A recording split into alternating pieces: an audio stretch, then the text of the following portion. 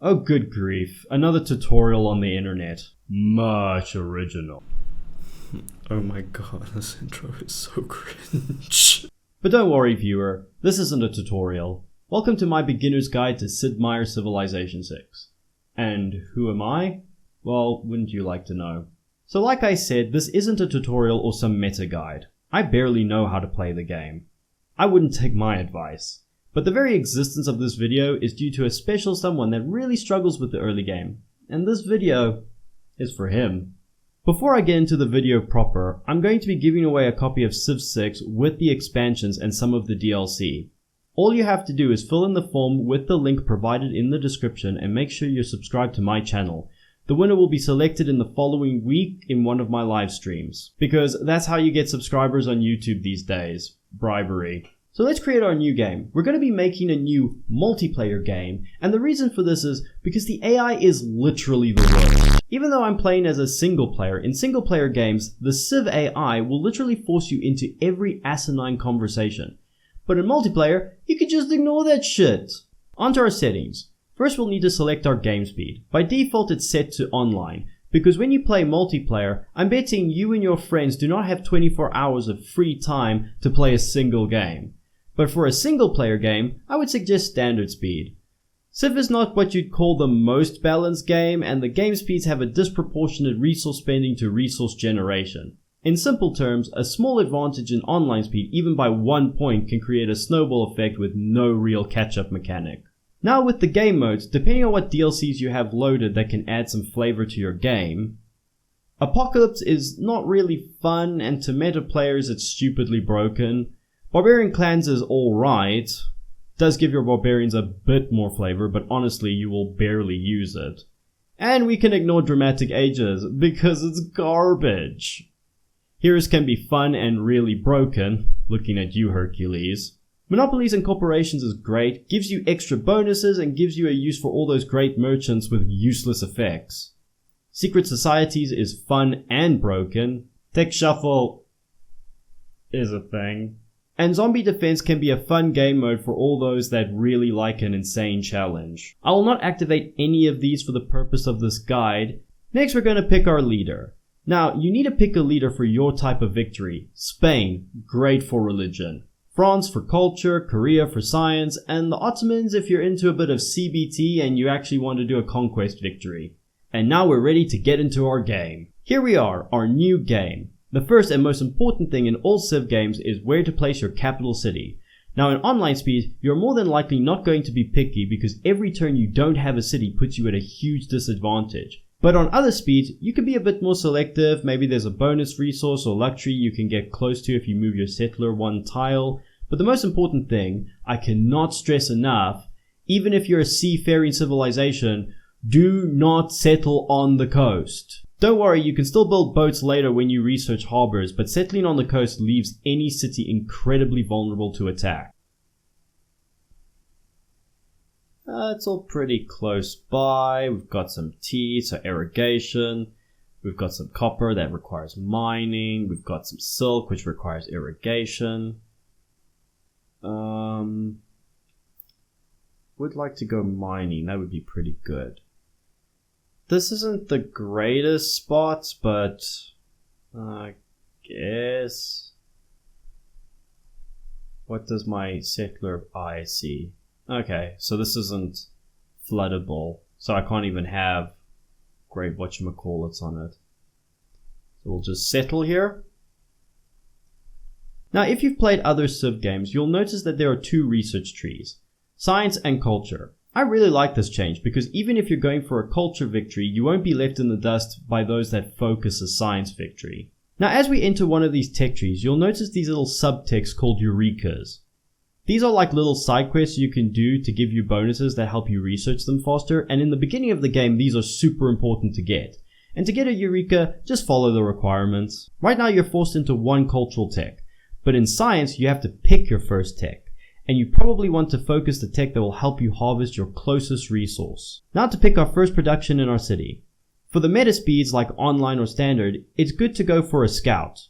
Scouts help you explore the map, but more importantly help you find goodie huts that give you much needed early game bonuses. If you're playing on super slow game speeds, it's probably better to pick a builder first, as you want to start harvesting your resources and get a cultural eureka. When you get your scout, you're going to want to put them on auto explore. If you are not familiar with the Civ UI, you will notice that Civ loves to hide some of the most important functions, those dicks. After getting your scout, you definitely want to get a builder. Once you have your builder, you're going to want to start improving your tiles. The next important thing is to get settlers, and I mean a lot of settlers. If you've ever played Civ 5, you would normally only need like 4 cities for the whole game. 5 if you're feeling spicy. So Civ 5 expected you to play tall, which is great for multiplayer games. But not in Civ 6. This game wants you to get thick. We're talking 10 to 15 cities. You might be able to get away with 8, but this game really wants you to play wide, which is why most people hate playing this game multiplayer. When choosing your next city locations, I would suggest you don't always follow the game's recommendations. Sometimes it doesn't know what it's doing. It is important that you create your city either 1 tile away or right next to a fresh water source, which includes rivers, lakes, or mountains. But honestly, you should pretty much always place your city next to a river, as it gives you many bonuses including water mills that gives your city extra production. Also, make sure your new cities are at least near 1 luxury or a bonus resource for extra food. Now on to barbarians, because every bloody game. Every game! So, this is pretty much the catalyst for why I made this video. You know that person I was talking about? Well, in every game we play together, his game gets totally ruined because he constantly gets swarmed by barbarians and doesn't know how to handle it. So this is the part I really want to help him with. Now the first thing you'll most likely notice is a barbarian scout. Once they get close enough to one of your cities, they will show an exclamation mark above their head. This means that they saw your settlement and are now heading back to their den to inform their barbarian chums. You need to move. Once that scout gets back to their den, they will spawn units you won't be able to handle easily. Now to be able to combat these barbarians, when you finish your first cultural tech, you'll be able to fill some policy cards. The one you want for this part of the game is the one that gives you bonus combat damage against barbarians. Ah, there we go. I've got you cornered now, Scouts. Your life is fleeting. Get back here. Oh shit. But I'm still gonna murder you. Let's see how this turns out. Alright.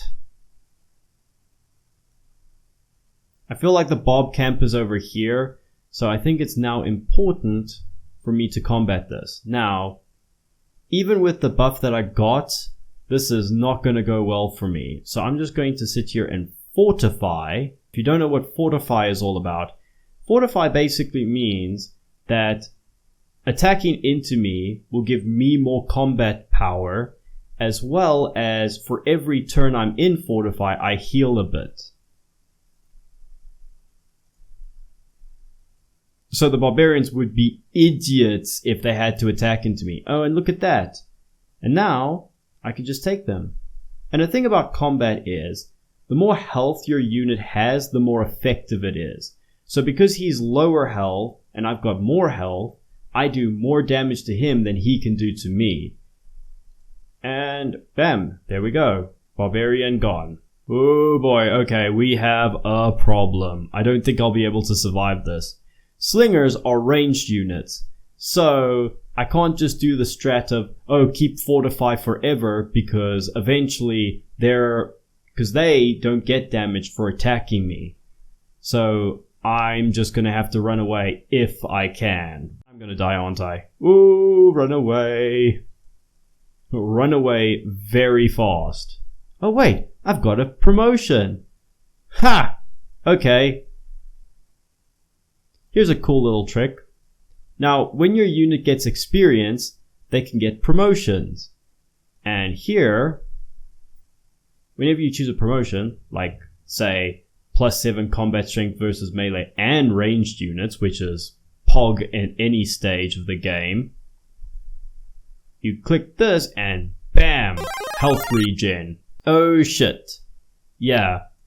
Barbarians have a habit of going straight for any civilian units, that's the one that's like this little triangle type. They'll go straight off the civilian units, and if they do, they get captured. So I'm gonna move him back. Oh, for the love of... God damn it! Stop running into barbarians! Haha! But what you didn't realize is that I'm now more stronger. Okay, I'm just gonna hide my guy in here. That way this guy can't get to him. Just make him sleep. Come on. Kill it. There we go. Now that's murdered. We just narrowly escaped from that. Okay, this is a problem. Can we... Oh, yes we can. Build me a slinger. There we go. Thanks to that, I think I can defend myself. So go hide on that tile. And like I said, slingers are ranged units, so you can just range attack them and go pew until they die. Link you up there. Linking up is a good thing, so it allows your military unit to move with your civilian unit and you can move them around together. Okay, this guy is now full health. Let's go. Oh no. Oh no. Archers already? Are you joking? Once again, I have to put him on that, because apparently he's just gonna fucking run into him like a dumbass. Oh, fuck me. Oh! Just survived. YOLO. Just walk onto the barbarian camp and it's gone. But yeah, Jesus.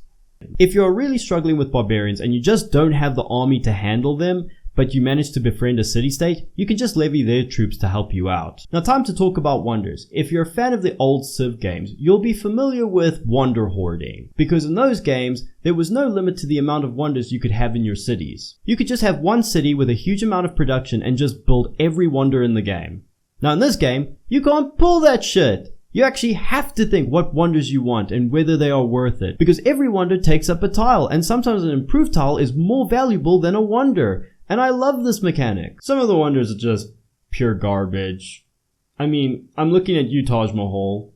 I give you extra... Shut up. Most worthless ass wonder in the game. A farm is better than you. But there are some genuinely great wonders to get regardless what victory you're going for. Such as Hanging Gardens, Great Bath, Machu Picchu, Angkor Wat, Forbidden Palace, Big Ben, Alhambra, and Portala Palace, to name a few. It is time to create districts. These are the main resource producers in your game, and you should take care to only build the ones that will help you win the game, because you only have a limited amount of workable tiles around your cities. Science and commerce districts are universally important and should be built in all cities. Holy sites for religion, theater districts for culture, encampments for cities you feel need extra defense, or if you're planning on spamming troops. Industrial districts aren't the most important for every city, but definitely should be built in your production powerhouses. Entertainment and water parks are important for cities that are running out of amenities, and harbors for every city near a coast. There are other districts which can be useful depending on the cities and what's near them, but don't build neighborhoods. No, seriously, don't build neighborhoods. They'll ruin your game. Now districts have adjacency bonuses, which is a scale value on how good the district is in your city. And you want this number to be as big as possible. Big number equal more good. So make sure to read how to increase your district adjacency bonus. That's it for my beginner's guide. If I miss anything, let me know in the comments. And for you, I hope this video helped and you can start enjoying this game. Thanks for watching.